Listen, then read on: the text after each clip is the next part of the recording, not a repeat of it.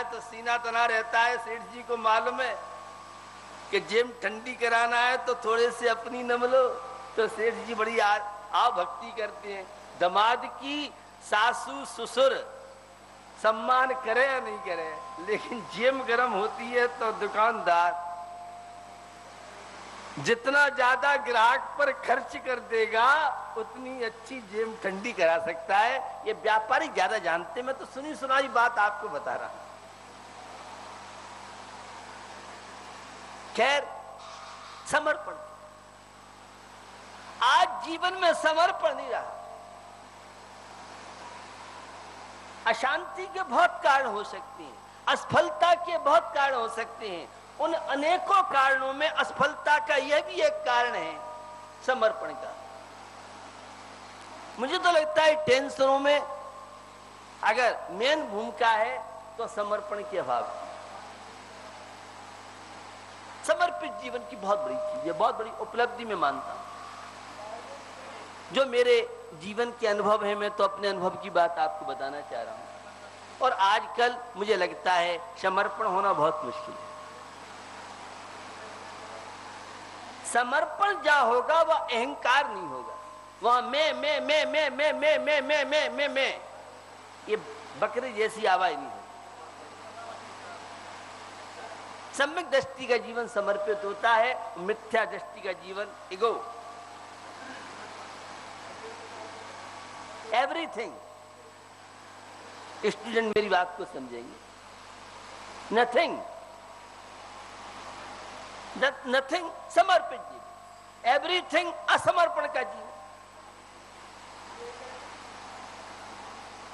जहां ईगो होगा वहां शांति आईसीओ बैंक के लॉकर्स में, सेंट्रल बैंक में और एक से एक बैंक पड़ी है, उन बैंकों में पहुंच जाता है समर्पण। अगर पत्नी का पति के प्रति समर्पण नहीं है तो दाम्पत्य जीवन में रत्न प्रवाह नरक बिना बुलाए प्रवेश करता है। और बुरा नहीं माने, पति का भी पत्नी के प्रति समर्पण चाहिए। इसका मतलब गुलामी की बात नहीं कर रहा हूं। पति का पत्नी के प्रति समर्पण का मतलब वह पत्नी की पूरी अपेक्षाएं समझे, उसका पूरा ध्यान रखे, उसे ये महसूस न हो कि मेरे ऊपर पति देव का विश्वास नहीं। किसी का दिल जीतना है तो समर्पण आपका चाहिए। अहंकार अगर जीवन में आ गया तो सामने वाले के हृदय में आप स्थान नहीं बना सकते। तो पति का पत्नी के प्रति समर्पण का मतलब उसकी अपेक्षाएं समझना, उसका ध्यान रखना, उसके सम्मान में कोई कमी नहीं आने देना। सम्मान का मतलब यह नहीं है कि पत्नी को सिर पे बिठा लें, यह सम्मान नहीं है। सम्मान का मतलब यह है कि उसे महसूस न हो कि मेरे ऊपर इनका विश्वास नहीं है। ये सब कब होता है? जब सामंजस्य होता है, एक दूसरे में सहिष्णुता। अगर पत्नी का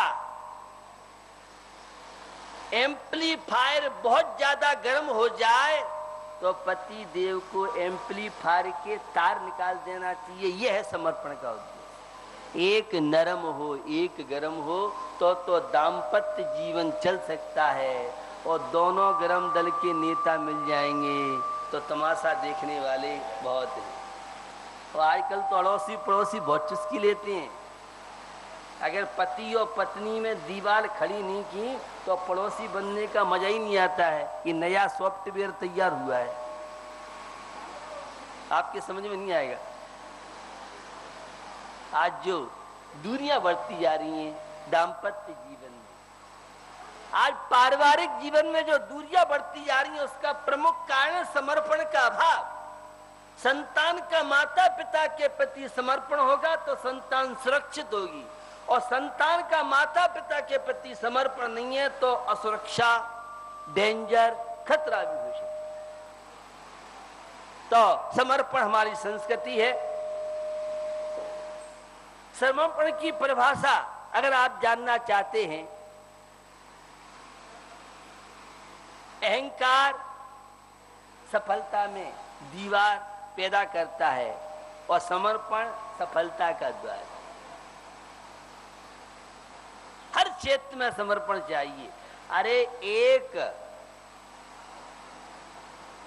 राहगीर, एक यात्रा करने वाला, वह ट्रेन के ड्राइवर को समर्पित हो जाता है, बस के ड्राइवर को समर्पित हो जाता है, विश्वास करता है। आप जिस गाड़ी से आए हैं, आप गाड़ी के प्रति, ड्राइवर के प्रति समर्पित हैं कि हमें यह गंतव्य स्थान पर ले जाएगा। और पहले से ही शंका बैठ जाए कि ड्राइवर कहीं आतंकवादियों के बीच में ले जाए, कि जंगल में धोखा नहीं दे दे। एक कन्या का पाणी ग्रहण आप करते हैं तो दामाद पर विश्वास, सासू ससुर करना पड़ता है। नया घर है, क्या होगा नहीं होगा आगे उसकी तकदीर है। उससे पहले तो पूरा ठोकते हैं, बजाते हैं, माने प्रयास करते हैं घर ठीक हो, लड़का शराबी जुआरी नहीं हो, या और भी जो उन्हें देखना होता है, संस्कारित हो। तो समर्पण जीवन की बहुत बड़ी उपलब्धि आपको बता रहे। अहंकार जीवन में आ गया तो जीवन की शांति भंग हो जाए कोई दिक्कत नहीं है, स्वास्थ्य भी आपका घुटने दिख दे, माने रोगी बन जाता है शरीर। जितना ज्यादा अहंकारी उतना बड़ा रोगी। ये डायबिटीज है, शुगर की बीमारी, यह लकवा की बीमारी है, फालिस मार गई। यह ब्लड प्रेशर लो हाई। कल या परसों की बात है, दिल्ली से काफी युवा प्रातःकाल आते, आप सबको याद ही है, मात्र आध घंटे के लिए, पौन घंटे के लिए चले जाते हैं। तो एक युवा ने मेरे से बताया था, उम्र बहुत कम थी, इसका ब्लड प्रेशर बहुत हाई, लो हाई होता है। मुझे समझ में नहीं आया कि उम्र कोई ज्यादा नहीं होगी, 20-22 वर्ष की उम्र होगी, शायद उसकी भी शादी भी नहीं हुई हो। तो मेरे समझ में नहीं आया, क्या बोल रहे हो कि नहीं ब्लड प्रेशर का लो हाई रहता है। मैंने उससे पूछा, हाँ महाराज, ये सब बीमारी क्यों होती है? अहंकारी का है। जितना ज्यादा अहंकारी होगा उसको उतने ज्यादा क्रोध आएगा। ये क्रोध तो अहंकार की स्मेल है, सड़ान है, दुर्गंध है। क्रोध आपको आ रहा है तो अहंकारी आप दुखी रहेंगे, आप परेशान रहेंगे। और जो जितना बड़ा अहंकारी होगा उतना रोगी होगा। समर्पण का भाव। तो बंधुओं, अहंकार सफलता में सबसे बड़ी बेड़ी का काम करता है, दीवार का काम करता है, पाल्टी का काम करता है, दरारों डाल देता है। तो जीवन में अहंकार जो छोड़ेंगे वे भारतीय कहलाएंगे। और कम से कम अनंतानुबंधी अहंकार की भी वैरायटी हैं। आजकल बहुत कंपनी आई है मार्केट में। तुम्हारे आचार्यों ने भी कंपनियां कषायों की बनाई है। क्रोध की भी वैरायटी लीजिए, अहंकार की वैरायटी लीजिए, छल कपट मायाचारी की वैरायटी लीजिए, लोभ कषाय की वैरायटी लिए। जो आपको जिस वैरायटी का माल चाहिए लीजिए। हमारे साधु संतों को तो अनंतानुबंधी प्रत्याख्यान ये वैरायटी पसंद नहीं है। और जो सच्चे देव शास्त्र गुरु में आस्था रखता है उसे भी ये अनंतानुबंधी वैरायटी पसंद नहीं है। तो जीवन में सफल होना चाहते हैं तो ईगो, एवरीथिंग, अहंकार, घमंड, मान सम्मान की भावना, अभिमान, गर्व, कई नामों से आप पुकारते हैं, अहंकारी अनंतानुबंधी वाला सम्यक दृष्टि नहीं हो सकता है। समर्पण की परिभाषा जानना चाहते हो तो उस पानी की बूंद से पूछो जो अपनी हस्ती को मिटाकर सागर में समा जाता है और स्वयं सागर बन जाता है। देखो नदी प्रथम है निज को मिटाती। नदी का नाम तो आपने सुना होगा। ये नदी एक समय सार का काम कर सकती है आपके जीवन। नदी का जल जैसे शीतल ठंडा रहता है उसी तरह से आपको भी ठंडा शीतल रहना चाहिए। नदी निरंतर बहती रहती है। आपको भी अच्छे विचारों के प्रभाव में रहना चाहिए। वह नदी अपने अस्तित्व को समाप्त करके जब समुद्र में मिल जाती है तो उसकी एक एक बूंद का अस्तित्व परमानेंट, हॉलसाल, स्थायी बन जाता है। क्योंकि आप देखते हैं नदी तो बहुत जल्दी सूख जाती है और समुद्र मिलने के बाद एक बूंद पानी समुद्र में मिल गया तो वह शाश्वत, माने जब तक समुद्र है तब तक बूंद का अस्तित्व है। जैसे नदी समुद्र को समर्पित होकर के अपने अस्तित्व को कायम रख लेती है, उसी तरह से अहंकार जब जीवन से विदा ले जाता है तो जीवन में समर्पण आता है और जीवन सब प्राप्त लेता है। सब कुछ खोकर के ही सर्वस्व को पाया जा सकता है। प्रवचन तो आज दिन में रखा है, अभी तो थोड़ी चर्चा करनी थी। कल भगवान पार्श्वनाथ का निर्वाण दिवस, जिसकी चर्चा कल अपन विस्तार से करेंगे।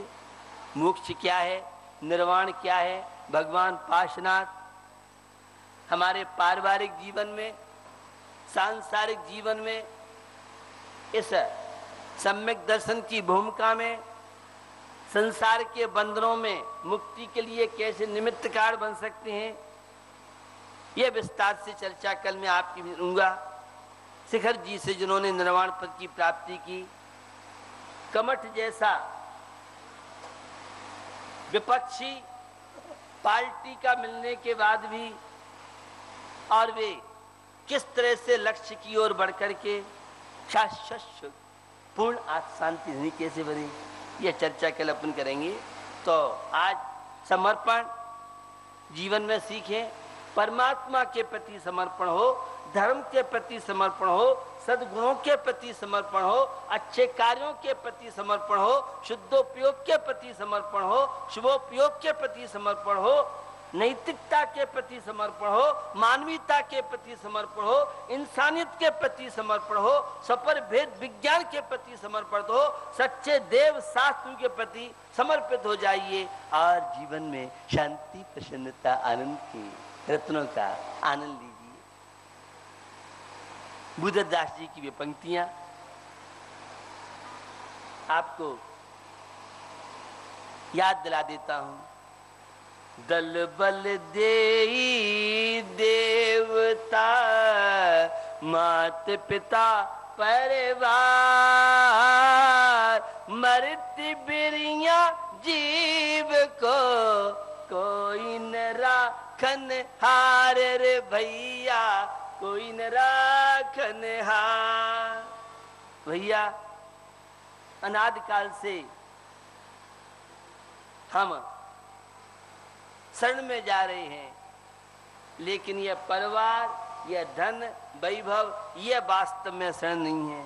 शरण तो तेरा चैतन्य आत्मा निश्चय से है और व्यवहारने से।